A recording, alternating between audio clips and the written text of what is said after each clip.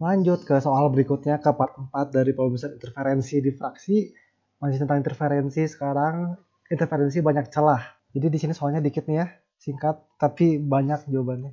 Gambarkan grafik pola intensitas cahaya akibat interferensi dari 3 dan 4 celah beserta diagram fasornya. Jika jarak antara celahnya itu D dan lebar masing-masing celahnya diabaikan. Oke, jadi untuk mengerjakan soal ini kita perlu dasarnya dulu ya. Jadi basicnya adalah dua celah. Ada apa yang terjadi dengan dua celah? Jadi kayak gini nih misalnya, kita punya dua celah di sini jaraknya D, terus di sini ada layar, maka terbentuk pola interferensi gelap terang gini ya, ini terang gelap gitu-gitu. Nah, kita harus gambar grafik intensitas. Jadi intensitas maksudnya itu adalah kekuatan si cahaya ini. Kalau terang berarti intensitasnya gede, kalau gelap berarti intensitasnya kecil banget atau hampir nol. Kayak begitu. Dan ini bervariasi terhadap sudut theta. Kayak gitu ya. Nah, rumusnya apa? Jadi untuk dua celah, rumusnya itu I sama dengan 4I0 cos kuadrat setengah pi. Ya gitu. Dengan pi kita itu adalah 2pi per lambda d sin theta. Gitu ya. Jadi itu rumusnya kalau dua celah. Kita lihat I0 itu jadi intensitas akibat satu sumber aja. Di sini kayak beda fasa gitu ya. Terus kalau digambar jadinya kayak gini. Nah, ini kalau digambar jadi kayak gini nih ya. Jadi ini sumbunya itu I intensitas. Kita lihat di sini sumbu X-nya itu bisa beda fasa atau sudut sin theta. Jadi kelihatan di sini ada terang, ini gelap nih di sini, turun intensitasnya 0, terus terang lagi, gelap, terang, gelap, dan seterusnya. Gelap terjadi kalau beda fasanya pi, 3pi, 5pi, terus kalau terang itu kalau 2pi, 4pi, dan seterusnya. Ya, jadi kayak gitu. Bisa juga ini sebagai fungsi dari sin theta. Boleh juga. Kalau sin theta begini, ini gimana dapatnya nilai lambda per 2D, lambda per D kayak gitu, tinggal gini aja. Masukin ke rumus ini nih ya. Jadi misalnya beda fasanya itu pi gitu. Berarti ini kan 2, berdasarkan rumus itu ya, 2pi per lambda D sin theta. Ini nanti dapat sin tetanya itu. Ini kalau dicoret, ini kan pi-nya bisa dicoret ya. Jadi kita peroleh lambda per pindah ruas saja itu ya, lambda per 2D. Dari situ tuh dapatnya ya. Jadi tinggal masukin aja nanti V-nya berapa gitu, nanti dapat sin tetanya itu berapa aja. Nanti seperti yang di bawah. Jadi bisa dua cara gitu. Oke, kemudian kenapa ini bisa 4I0 ya? Mungkin ada yang penasaran. Jadi gini, dari kedua celah ini, ya, dari kedua celah ini keluar cahaya. Cahaya itu gelombang elektromagnetik. Jadi punya E dan B, punya medan listrik gitu ya. Dengan medan listrik masing-masing tuh E0, amplitudonya E0 ya. Jadi cahaya dari sini, medan listriknya E0. Jadi kalau dijumlah jadinya 2E0 kan, maksimumnya gitu ya. Sedangkan yang namanya intensitas itu sebanding dengan E kuadrat. Intensitasnya sebanding dengan medan listrik di kuadrat. Sehingga ini jadi kalau 2E dikuadratin berarti kan jadinya 4E0 kuadrat ya. 4E0 kuadrat. Ini nanti jadinya 4I0 gitu. Nah gitu, asal mula kenapa bisa 4I0 maksimumnya. I0 adalah intensitas kalau satu sumber. Kalau dua sumber jadi nanti 4I0. Oke, ini dua celah nih. Sekarang kita mau cari tahu kalau rules untuk interferensi N celah gimana ya. Rulesnya gimana nih? Kalau N celah lebih dari 2 celah, itu nanti gini rulesnya.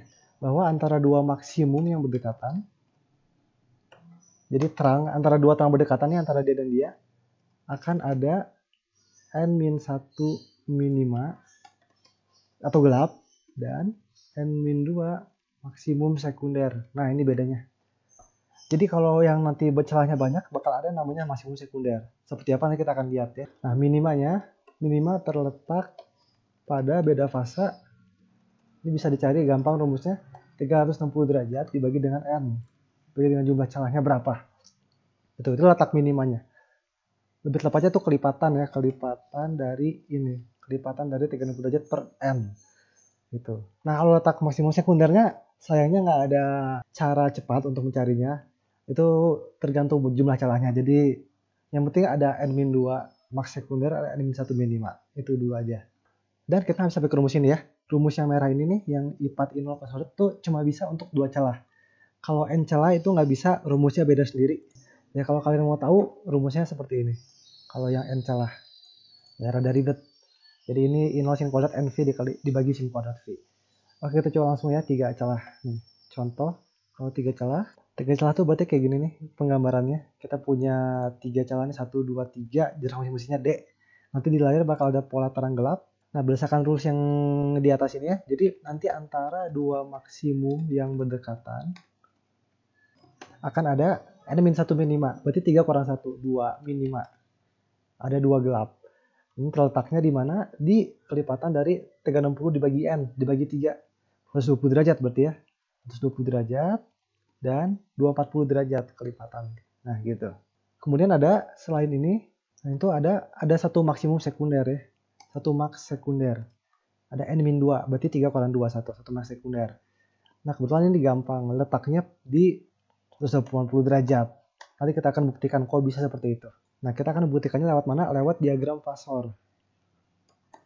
Lewat diagram fasor. Kita akan lihat apakah benar jadinya nanti di sini minima, ini jadinya maksimum sekunder.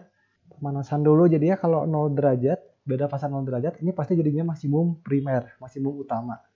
Kayak gimana sih? Jadi kayak gini.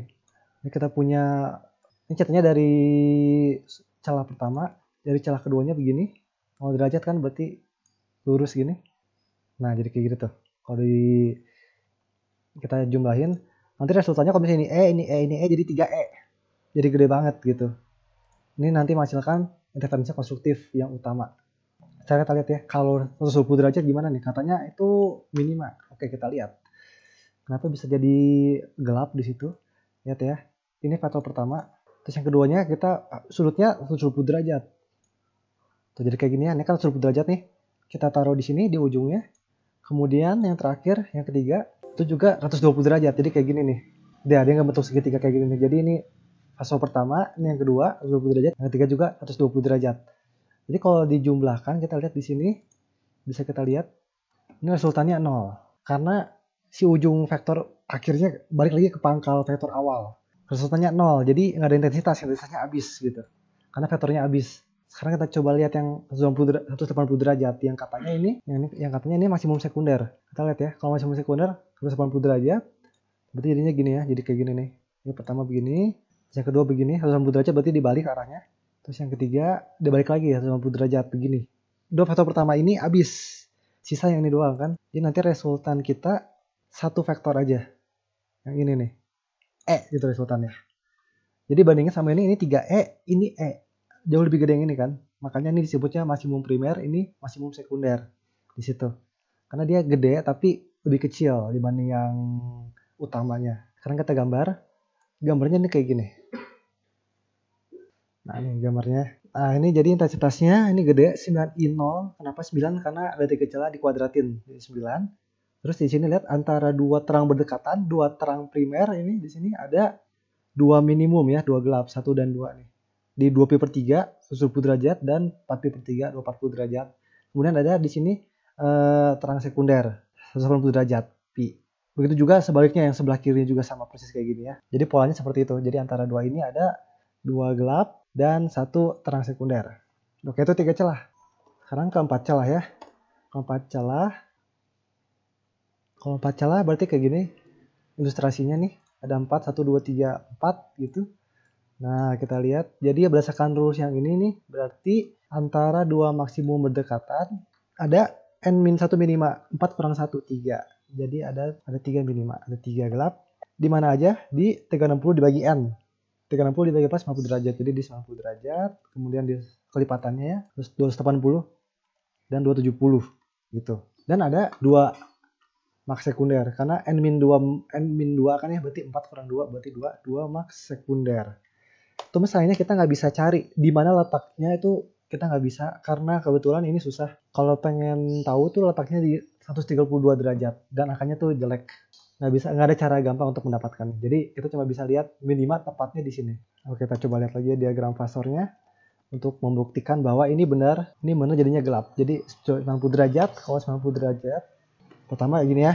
Ini fase pertama dari celah pertama, dari celah kedua 90 derajat. Jadi kira-kira kayak gini.